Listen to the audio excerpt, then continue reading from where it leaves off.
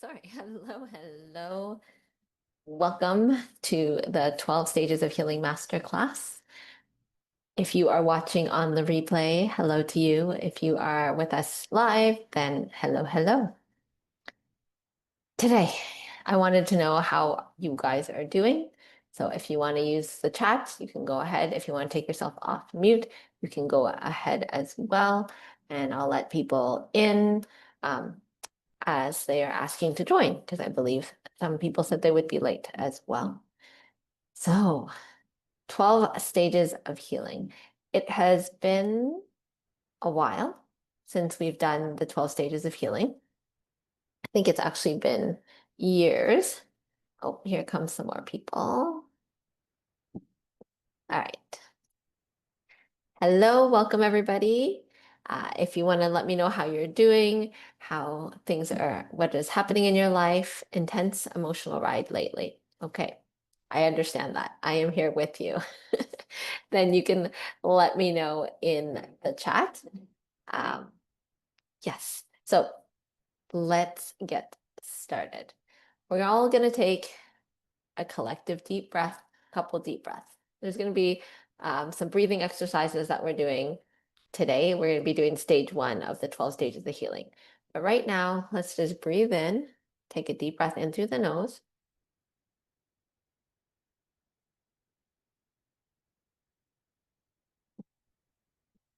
Good. And then out through the mouth at your own rhythm, at your own pace. And then we will sync together.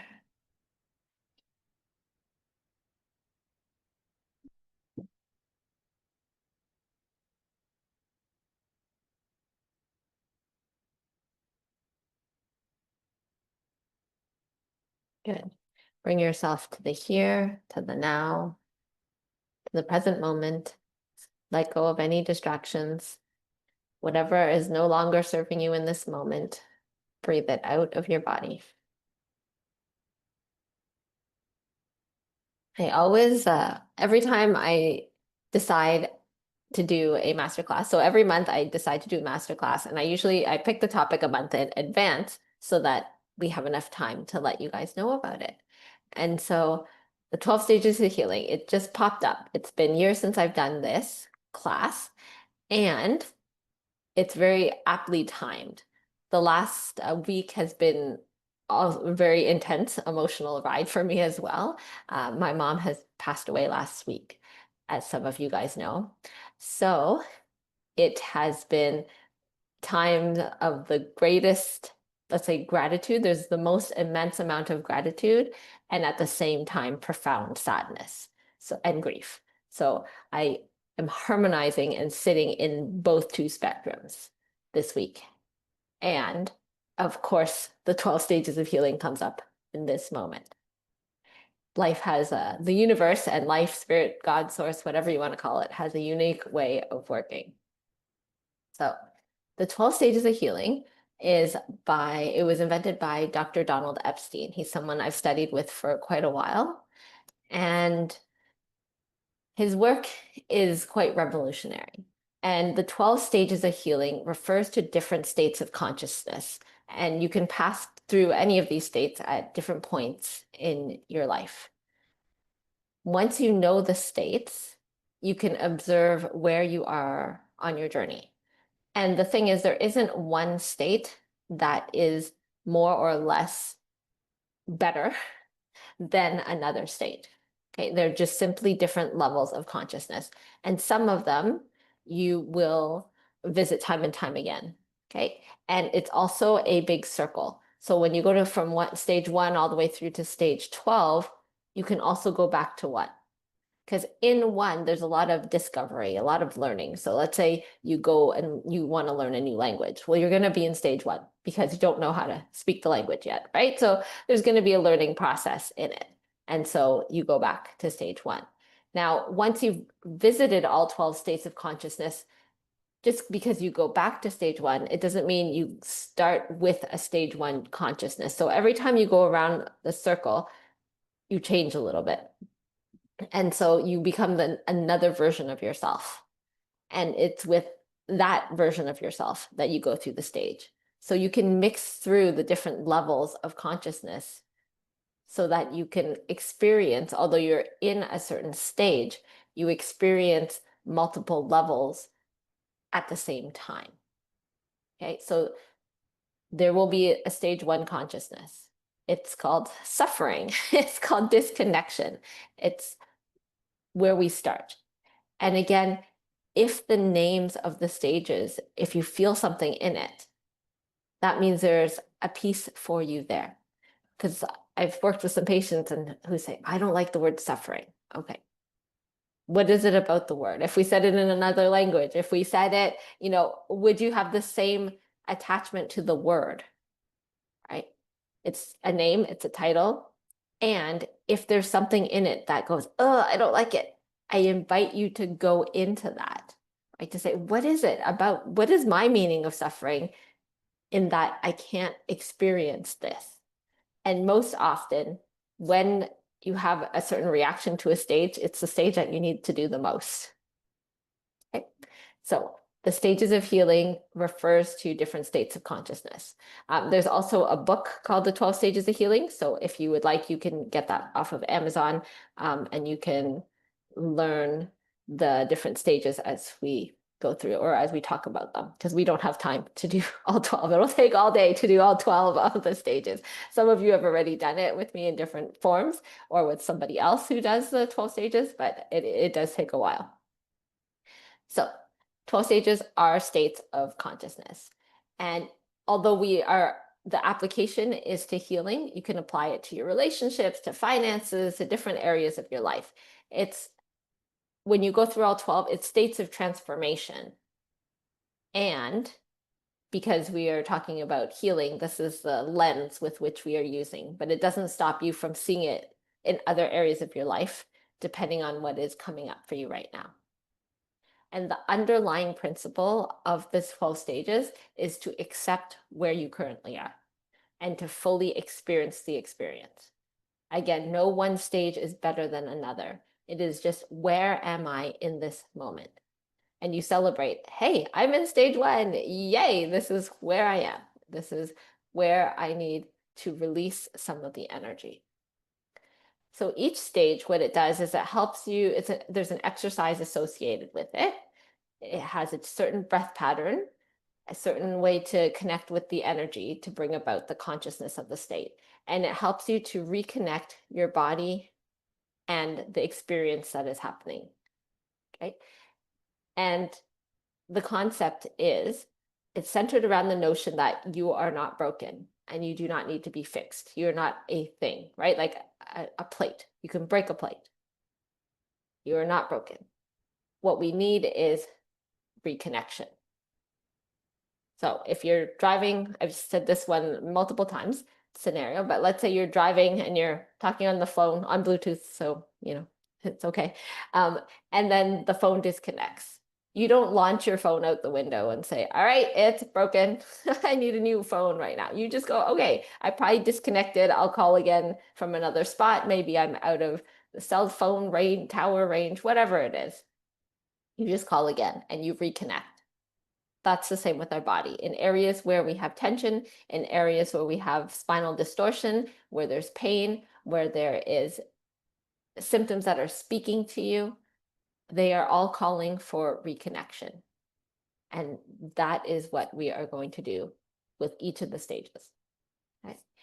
So we'll review the different stages because there's 12 of them. And then what we'll do is we're going to do stage one together. Okay. And there's also, with the exercises, there's some questions that you're going to answer that will dig even deeper in to what's happening. So stage one, it's called suffering. This is the entry point. This is pain, raw pain. This is disconnection. This is despair. And in this stage, we often feel stuck, hopeless, overwhelmed. If you've ever said, oh, there's too much, I feel overwhelmed, there's too much going on. Stage one, that's a key word. I feel overwhelmed. I feel like this is never going to end. Here, it's not about fixing anything. It's just acknowledging the pain without trying to escape it. So have you ever had the experience where something, let's say you feel tension in your back and you're like, I'll just ignore it, maybe it'll go away. Or you say, oh, my neck is sore, but I don't want to listen to it right now. So I'm going to go do something else and not pay attention to it. Or you even numb it. You're like, all right, I will take the Advil, the Tylenol, whatever it is, so that I don't have to feel the pain. It's the same also with emotions. Don't want to feel it. I've had people say, I never cry, and then not understand that there's an element that they're numb to, right? Because if you could connect with the emotions, your body would be able to release them in whatever way that it chooses. So stage 1 suffering, we're not fixing anything. It is just going into the pain, acknowledging the pain. And it just asks you to acknowledge that sometimes you feel disconnected, or there's a part of your body that you're disconnecting from. And that's the consciousness of stage 1. Next, we move to stage 2. Stage 2 is about polarity. And there's polarity in everything, right? The yin and the yang, the yes and the no, the up and the down, left, right, all the things. We start to look into contrast. It's actually through contrast that we start to see more of who we are, right? If you agree with somebody and they're saying something, that tells you a part of who you are, right? If you disagree with what a person is saying, that also gives you information about who you are. So in the contrast, whether we agree or disagree, all somebody else is mirroring to us is a part of ourselves. Right? There's always going to be someone who agrees with natural healthcare. Like, ooh, I agree with natural healthcare. I would love to, I love to do all these modalities. Great. So that gives you a piece about you. And then there'll be somebody else who says, no, I don't believe in any of the natural healthcare stuff. Okay, great. Awesome. And in that contrast, you still learn about you. So everyone's just reflecting you. There's the light and the shadow. There's the yes and the no, the fear and the love. And the awareness comes of how we judge ourselves in the yes and the no and in the world as well. So in polarity, we recognize that maybe something needs to shift here. Something needs to change, even if we're not sure what it is or how it is. So in stage 1, it was just acknowledging, okay, I'm in pain. I'm suffering. I'm disconnected. Stage 2, okay, is the polarity. And that there's a recognition at the end of stage 2 that something needs to be different. As we move to stage 3, we get 3 is stuck. The key word for stage 3 is I'm stuck. And it is either stuck in your body, stuck with something physical. It could be stuck in a perspective, stuck in emotion. So there's a difference between an emotion and the state of the emotion. An emotion lasts a short period of time, minutes, seconds to minutes, right? So you're angry and you let that move through you and you feel the anger and then it's done. The emotion helps you get into motion and to change something. If you're feeling angry and you can say, never again, enough of this, that's what how the anger serves you. The state of anger is if you found yourself angry for a long period of time. Long periods of time. You're stuck in anger. You've met people before where you're like, every time I see them, they seem angry, right? It would be different if you saw someone who was having an experience where they felt anger and you're like, well, that's not really that person. They don't get angry, so they must be angry about something, right? Versus somebody who's always angry or always feeling depressed. And you ask, how are you? And they're like, depressed. How are you? And sad. How are you? And every time it's the same response. That means they're stuck in a perspective. And here, this perspective is tied to the way that they see the world, the lens through which they see the world. So there's a pattern there. And you get stuck because you think that there's no other way of seeing it. How is there about another way of seeing what happened to me, right? So you get stuck in that perspective. Like a trauma occurs and you have a story attached to the trauma and you say, okay, but I don't see how I could see it any other way. How could it possibly be something other than what it is? And so you're stuck. And most people, the general population, do what we call the 1, 2, 3 dance. Stage 1, 2, 3, 1, 2, 3, 1, 2, 3. So what happens after stage 1 is they're like, oh, I'm stuck. All right, this is never going to end. And I'm going to go back. I don't see how this is going to change. I'm going to go back to suffering, stage 1. So generally, people only go through stage 1, 2, and 3, and then back to 1, 2, and 3. Triggers, Heather says, triggers me to repeat a pattern of beliefs. Yeah. That's it. It's the repetition and the stuck in that perspective of it. You're absolutely right. So after stage 1, 2, and 3, there's a bit of a gap. It goes from discover, learning about what's happening, the suffering, being stuck in a perspective, the polarity. And then stage 4 is called reclaiming the power or your power. And like I said, most people, it's hard to jump the gap, but it's there because there's a lot of energy of reclaiming your power and saying, enough of this.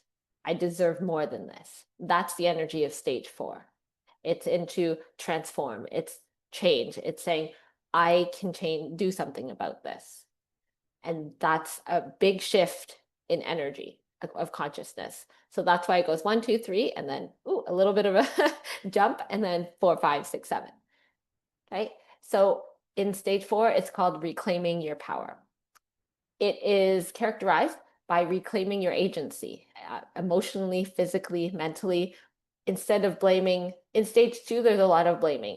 They did it. It's the government's fault. It's the, whoever's fault. It's Trump's fault. It's everybody else's fault. They may play a role, but you also get a role too. If you reclaim your power, that means you get to be the one that changes it. So we ask ourselves, instead of blaming something outside of ourselves, we say, what can I change? What is mine to change? There will be parts that are yours. There will be parts that are others. But what we want to focus on in stage 4 is what parts of you, what is yours to change? And so in this stage, there's often anger and also empowerment. And also you get a lot of energy from liberating stage 4. So there's a surge in your life force. That's when there's people get motivated. There's more motivation because you're like, oh, I can do something about it. If it's about me and I can change and I have the power to change, there's a lot of energy in there. It says, when I honor my feelings of fear, they pass, so I can move to a higher perspective. Exactly. When you are in and fully feeling your experience, it's easier to shift and move into the next level. But the goal isn't to move into the next level. It's just to be where we are. And from there, you naturally go into the next level, okay? After the completion. But we're not going, okay, how can I get to stage 12 as fast as possible? We want to honor each stage. All right, so stage 5, merging with the illusion. So we have our patterns, we have our stories. We're starting to see some of them and the rules that we live by. Like this is identity, right? I am this, I am not that. Like I am someone who's never late. I am someone who's always kind. It's what you say as part of who you are. And then you start to witness yourself in them, right? Stage 5 isn't always comfortable, okay? Because you meet you. There's a wall, and that wall is you, and you meet yourself and the illusion of who you've been. Yes, role playing is involved as well, because you come up against those beliefs and the thoughts, and then you go, oh, is this really me? But it's not comfortable to go there, right? Who wants to meet themselves? So it's not a comfortable stage, but we want to merge with our illusions of our past, of who we've been. And also knowing that every step that we've been and every version of ourselves that we've been has brought us to who we are right now. So there is nothing that shouldn't have happened because it did happen, right? The more that we go back and say, this shouldn't have happened, that shouldn't have happened,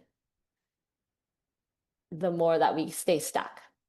It is, this happened And now what? We can't change the past, but we can certainly change the consciousness of the future.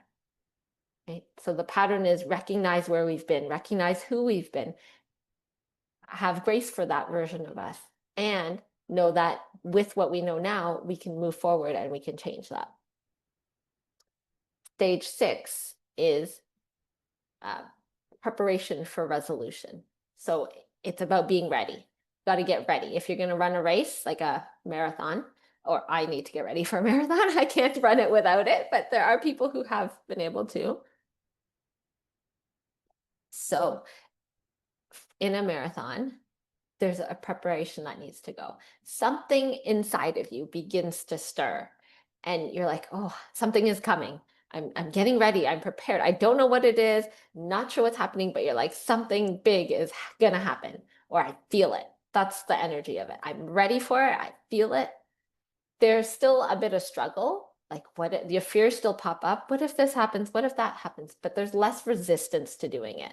So maybe now you're like, okay, I'm finally ready to start that workout routine or that diet regime or eat better or cut out the junk food in my diet, whatever it is.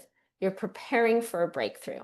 You can feel the energy coming in, as in, I'm ready, there's something coming, and the body changes and reflect through your posture and your breath, because there's a difference between, let's say, even if we say the words like stage, like suffering, ugh, your body closes. But when you're in preparation, when you're ready, your body changes already. It automatically shifts. And with the stages, if you drop one level or two levels in consciousness, it's almost hard to perceive unless you know the stages really well. However, if you go from like 12 down to like 3 or something, there's such a big gap. It's like a fall from grace. You go kaboom, which happens. It does definitely happen. But if it's one stage at a time, the energy isn't as drastic. And what I mean, the best way I can describe this is, let's say you have the air in you have a house, and then you have air inside of your house. There's air that's very much kitchen air. And then there's air that belongs to, let's say, the living room. That's right beside it. In between is air from both rooms, right? If you were going to cook something in the kitchen, then you would start to smell it as you move. It'll be strongest in the kitchen, but you can smell it as it moves into the living room. However, there will be very much living room air and very much kitchen air, and then the mingling of the two in between. And that's the same as your next version of yourself. So there is who you are, your next version of yourself. And it's not a drastic jump. It's like a little bit at a time. As you move through that air, you make one decision at a time, and that slowly leads you into another version of yourself. And then all of a sudden you're like, wow, I'm different. I've changed. I'm no longer who I was before. And so it's not this one big giant thing. It is shifts over time. Now, one big giant thing can cause a lot of changes. That's also the universe's way of saying, okay, let's make this happen faster for you. We're going to go boom, and you're going to go, ah. And you can change, or you can go back into stage 1 and go, why is this happening to me? If we want to add more to our suffering, we can use the word always. So why does this always happen to me? That's like even more fun, right? Not only are you suffering, you're adding more suffering into your suffering. I make fun of these stages, but there is consciousness in each one of them. So in stage 6, it is the preparation. I'm ready. Stage 7 is the resolution. This is where a big release of energy occurs, a profound release. And this could look like crying, laughing, shaking. It could even be really calm and still. But the body and the mind, they aligned here and they surrender. So the story that has gripped you for so long, it starts to lose the grip. The energy that was really trapped starts to flow again, right? It's a lighter, it's a clearing, right? The words a lot of people use are, it's over. This is resolved. So stage 7 is a resolution. So 4, 5, 6, and 7 make up the second grouping that's called transform. And it's about changing. It's about shifting. I am taking responsibility for my power, my energy, the role that I can play, the role that I can change in the situation. And I am prepared. I'm ready. I'm going to go over it, under it, on top of it, whatever it takes. The energy of this whole section is whatever it takes. And then finally, it's resolution at stage 7. After stage 7, we go into the next section, which is 8, 9, 10, I believe. 10, 11, and 12 might be grouped together. Okay, so 8 for sure is an awaken. 8 is emptiness in the connectedness. These names, as we start to go from 8 through 12, go into the next big jump in level of consciousness. Some people call it more of a spiritual consciousness. Some people call it, the first one is physical body. It's the emotions. It's the difficult emotions. That's the first section.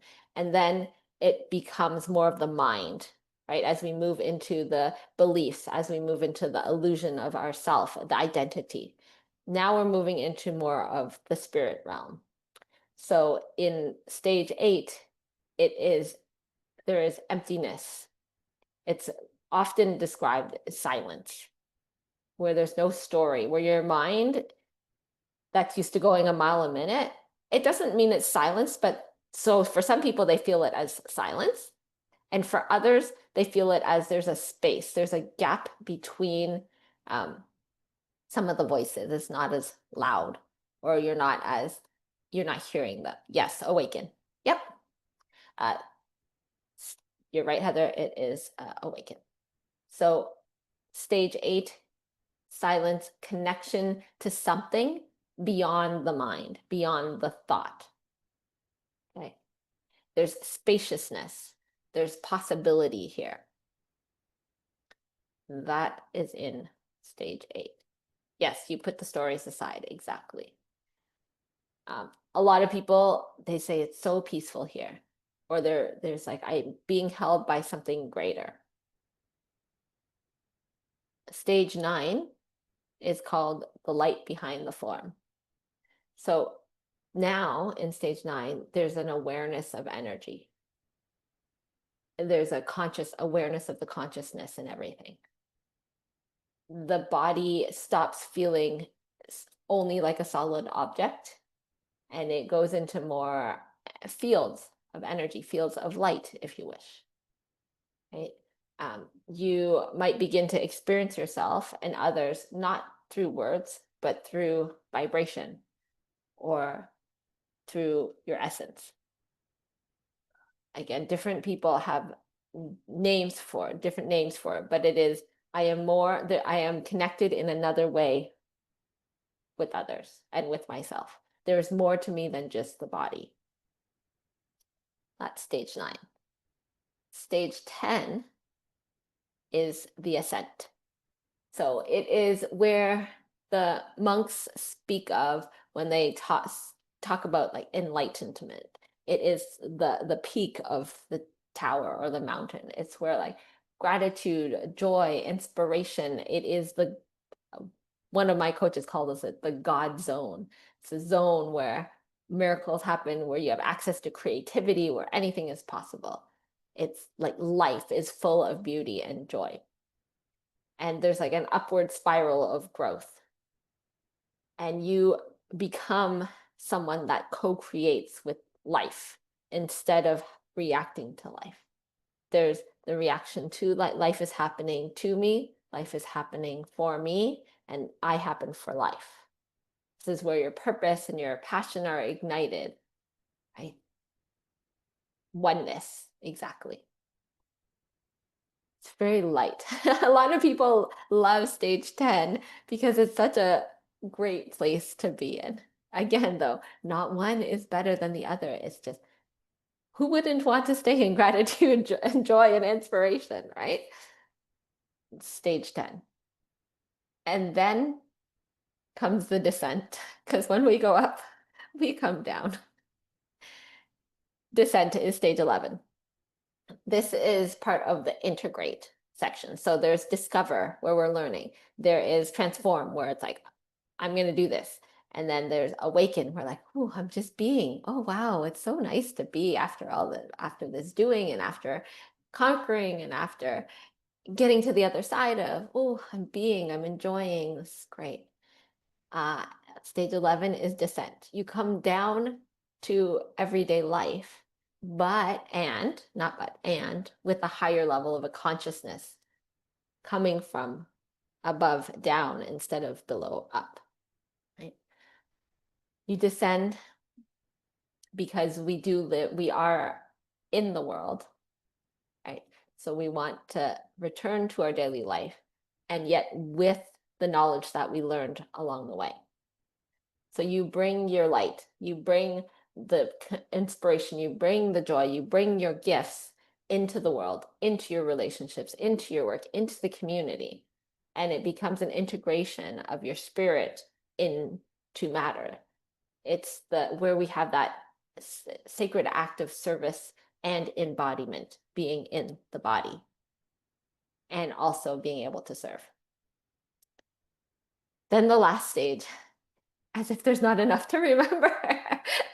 12 is a lot of stages. That's why we group them too into different categories. Oh, discover, the season of discover, the season of transform, the season of awaken, and the season of integrate.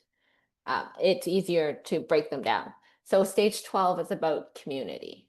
Healing comes full circle when you realize it's not just for you. When you heal you or an aspect of you, you're also healing it for others. You become a pathway of possibility. Last month, we had my patient Molly, who is battling breast cancer right now. And I have had so much good feedback from her. She's doing great. Everyone wants to know how she's doing. She is doing fabulous. And she's a pathway of possibility for others. And then the people who have come before her are a pathway of possibility for her. And the more people that we see that goes beyond their limitations or goes beyond and discovers a piece of themselves and brings it back, the more we can have examples of us being able to do it too. Because there's a lot of examples of people saying, oh, you can't do this, can't do that, that's not for you. Why would you go do this? You hear that all the time. Yes, to share. It is to share. And then you become a beacon of light, because if it's possible for you, it's possible for somebody else. If you have a story in which you've healed from, if you've been through something very difficult and come out the other side, and if you share your journey, then others who are maybe walking a path which has some of the similar blocks that you've come up with can go along that journey with you, or can see, oh, they did it. They made it to the other side of this. Right now, it doesn't feel that way. And yet it's possible. This is one of the principles that has helped me with this week. Like I said, although there's been a profound sadness and grief for losing someone so important in my life, there's also immense gratitude for the love, for life, for all of what we get to have experience. There have been more miracles in last week than I've had in a long time, that I've been able to see in a really long time. And every conversation has more and more depth, because the grief, it cracks you open. Stage 1, the suffering, it cracks you open to that next level of who you are. It forces you to go deep. That's the energy that's available. And so that's what makes stage 1 also one of the best stages. People are like, suffering's the best. You're like, suffering's the best. Because it allows you to see things that you couldn't have seen before, right? All the illusions, all the stories, they disappear in the midst of what's truly important, right? And then the question is, how can you harmonize between the two? How can you be in the space where you can hold both? And your ability to hold both the ranges is what's going to make you be able to tap into your power more fully. So in stage 12, it's about community. It's not just for you. You're doing it for you, for those who came before you, and those who are coming after you in whatever capacity. So healing happens in community, in connection, right? There's a certain joy in contributing to the collective and also being a presence that helps awaken other people as well. Once you awaken yourself, you can help awaken others. And so those are the 12 stages of healing. Yay! We made it through all 12. All right. So this is called somato-respiratory integration. So soma is the body, respiratory is breathing, and the integration between the body and the breath. What is true? Movement is true. Your breath is true. Energy is true. And so we're connecting to the truth within. So we're going to be doing stage 1. The hand positioning for this stage is one hand on top of the other, like this. Okay? It looks like this sideways. It looks like this forward. Okay? There's 3 positions that we're going to be working with. The first one being your collarbone. Let me see if I can stand to help with this. Okay, so you're going to look for these tiny bones that are on your chest. That's going to be position 1. Okay? One hand over the other. The breath is going to be in through the nose, out through the mouth. Very calming breath. Position 2, which I'll tell you when to go to, is going to be, let's bring this down, your ribs. So you're going to follow your rib cage. You're going to find out where you have bones that poke out, and then where they come to meet, that's position 2. Okay, so once again, you're going to poke yourself, find out where your ribs are, and then where they come to meet, position 2. And lastly, position 3 is your belly button. That one, I believe most people can find. Try not to tickle yourself. All right, so breath. In through the nose, out through the mouth. So just start with the breath. And we'll just take a couple breaths in through the nose and out through the mouth. And you're just looking, being with your body, doing any scanning that needs to be done, any areas of pain or tension come up, anything out of the ordinary. We often don't take time to observe where we are in this moment.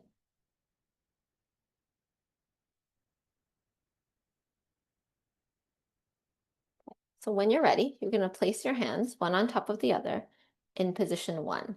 That's where your collarbones are. Yeah. And feel free, you can do this with your eyes closed, with your eyes open, seated, lying down, whatever works best for you. Standing even, I'm standing right now.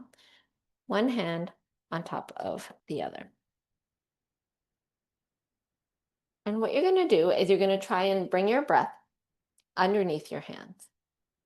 You're going to breathe in through position 1 and out. And just note, what's the movement like in this area as I try to do this? How easy is it for me?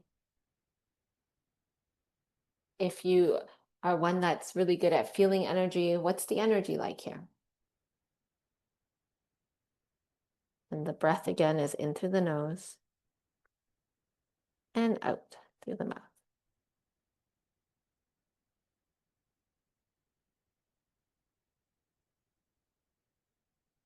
Next, we're going to go to position number 2. You're going to find your ribs, you're going to follow them up, and then where your ribs meet, you're going to put your hands one on top of the other in position 2. And you're going to breathe in through the nose and out through the mouth.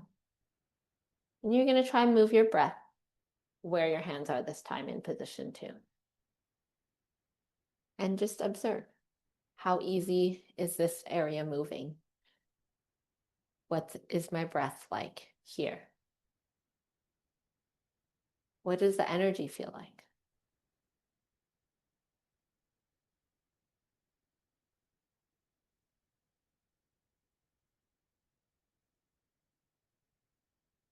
And compared to position 1, is this easier or more difficult than position 1?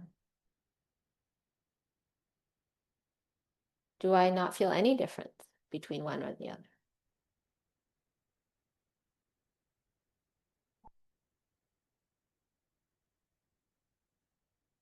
And then lastly, we're going to move to position 3.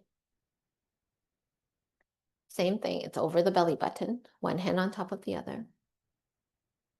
Breath is in through the nose and out through the mouth. And we're going to check in with position 3. How easy is it for me to breathe into here? Is this area moving? What's the energy feel like here?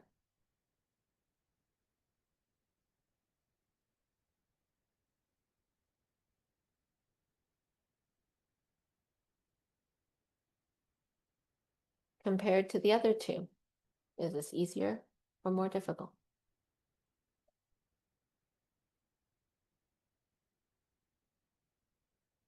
When you're done, take your time.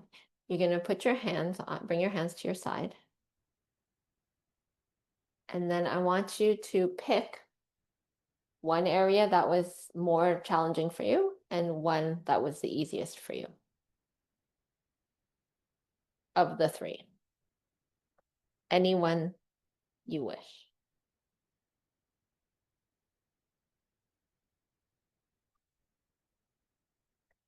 Give you another minute, and then I'll let you know. You can let me know if you need more time. Of the 3 areas, position 1, 2, or 3, you're going to pick one that is the easiest for you and one that was more challenging.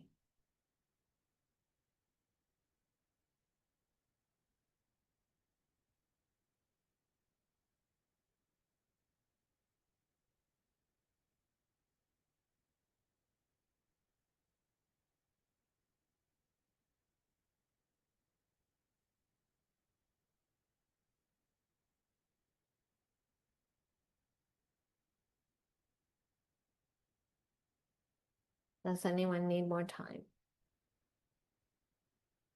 Okay, so we're going to start with our hands in the easiest position for you, whatever that was. Position 1, 2, or 3, whatever you found the easiest to breathe into. This is going to be your area of connection where you have connection to. So you're going to take, again, the same breath pattern, deep breath in through your nose and out through your mouth in the easiest position. And I want you to imagine as you're breathing in that the connection that you feel in here, the breath that you feel in here, the movement, the energy can be transferred into your hand. So you're breathing into your hands. And you're going to take 3 breaths to this area. If you feel like taking more, you can. Not gonna, you're just collecting connection from this area. Once you've done at least 3 breaths, I want you to move your hands into the area where it felt the least connected for you.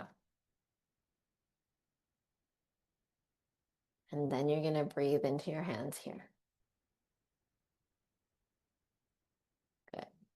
This time you're going to stay for only a max of 2 here in the areas that is not as connected.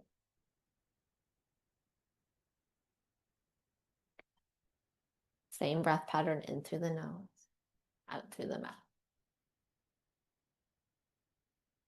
When you're done your 1 to 2 breaths here, you're going to go back to that area of connection. Get a little more connection, a little more breath. Add some more energy.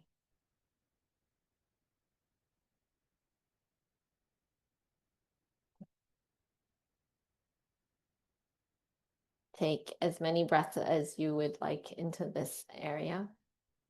And then when you're ready, move back to the area that was more difficult.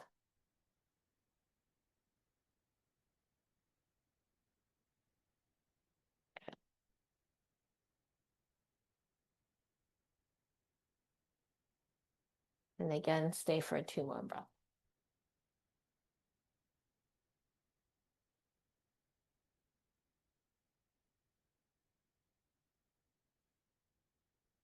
Once you're done your 2 breaths, you're just going to finish off with a nice deep breath into the area of connection. So we always finish stage 1 in an area we're connected.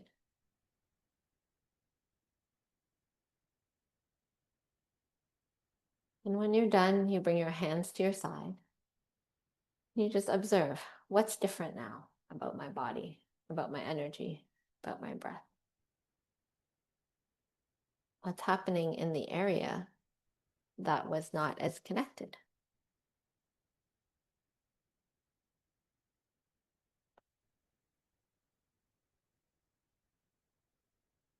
Okay, good. That was part 1 of stage 1.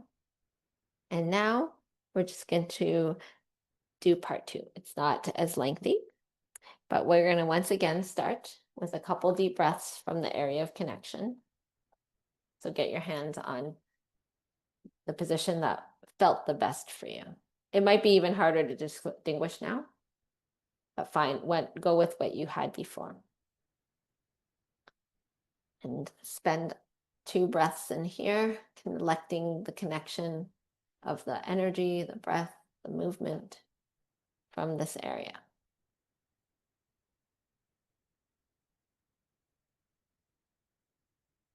And then when you're ready, go to the area of disconnection for you or less connectedness. I'm going to say a few declarations and you use the one that works best for you. So the first one is, you say to this area, sometimes I feel disconnected. You can say it out loud. You're all on mute. Or in your head as you wish. Body can hear. If that declaration doesn't work for you, you can say, sometimes it feels like nothing works.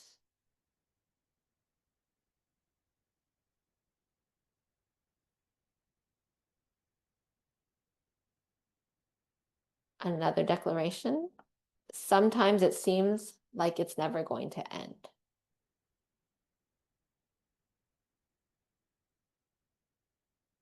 Either of those 3, whatever resonates with you the most.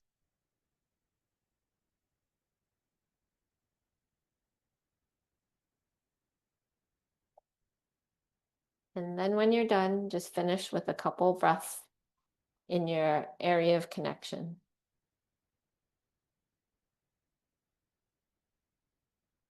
That's whenever you're done, you can bring your arms to your side.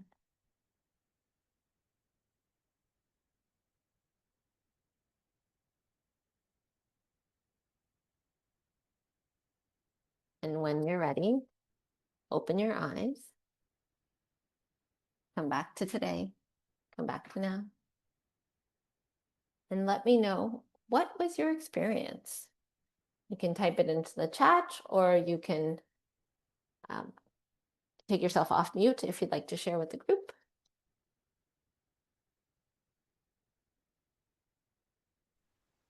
Okay, go ahead.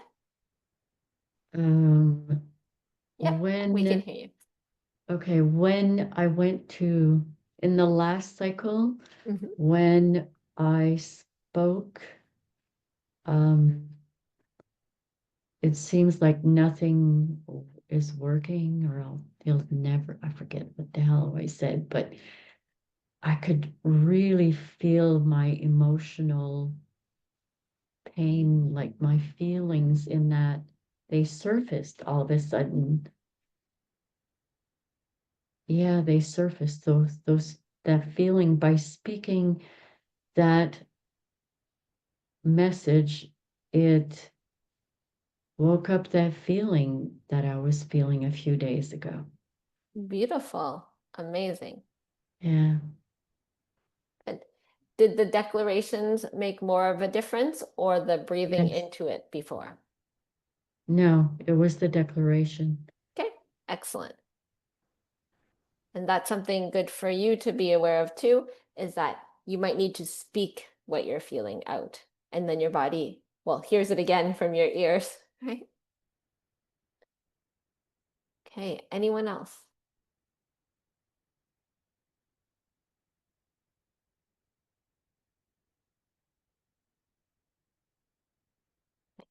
I know when, oh, go ahead, Anita. Hi. Hi. Yeah, I felt like um, saying the declaration out loud allowed me to feel it that way. Like I know I've been thinking that, but then to actually feel that. So I feel the disconnect is that I'm not allowing myself to feel it fully, right? Beautiful. Yeah. That'll be a huge shift for you. Like there's a lot of Mhm. energy in saying, even out loud, right? The act of speaking it out loud. And some people, they say it in their head all the time, but they might not say it out loud. And so that adds another dimension to it. And others might need to start speaking it in their head first because that's just where they are in the moment. Okay. But if you've already acknowledged, you've got to the point where you have said it and you recognize it, then out loud is the next step for you. And everything will shift in terms of your energy from there. Beautiful. Thank you. You're welcome. All right. During the stages, my breath went from shallow breathing to deep, deep diaphragm breathing. Yes, wonderful. So you're moving some of the breath. It was releasing and calm. That's very often what we hear in stage one. Sometimes, a lot of the times when I'm doing stage one with somebody at the office, they are in tears. Something has happened. They're crying. And then on the other side, they're like, oh, I'm so calm. I'm feeling my breath more. And that represents a shift in that level of consciousness, in the stage one consciousness. But every stage is a gift. There is consciousness in every one of them. So that's why I love doing the 12 stages. Okay, so we are done for today. The next workshop, if you want to complete the other stages, you can, I think the library also has this 12 stages of healing. Or like I said, you can get it on Amazon.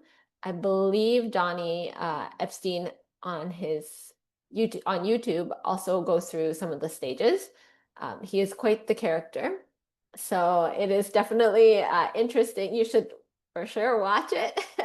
And then he's got this big New York accent. So sometimes I know my friends who are practitioners from Quebec, and let's say French is their first language, they have a lot of difficulty understanding him. Um, but that's okay. Do the exercises. You can look them up and follow through on the rest of the stages or whatever one resonates with you. Yes? Um, Donny Epstein's YouTube channel, is it under his name or something else? I'm not sure.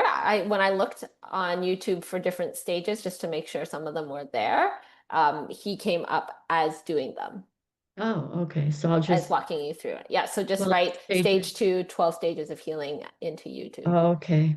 Okay. Okay. The Thank you. next month's masterclass, the title just came up today, this morning. I haven't even written the stuff, so I'll send it out to you when I send the replay out. But it is about manifesting your becoming.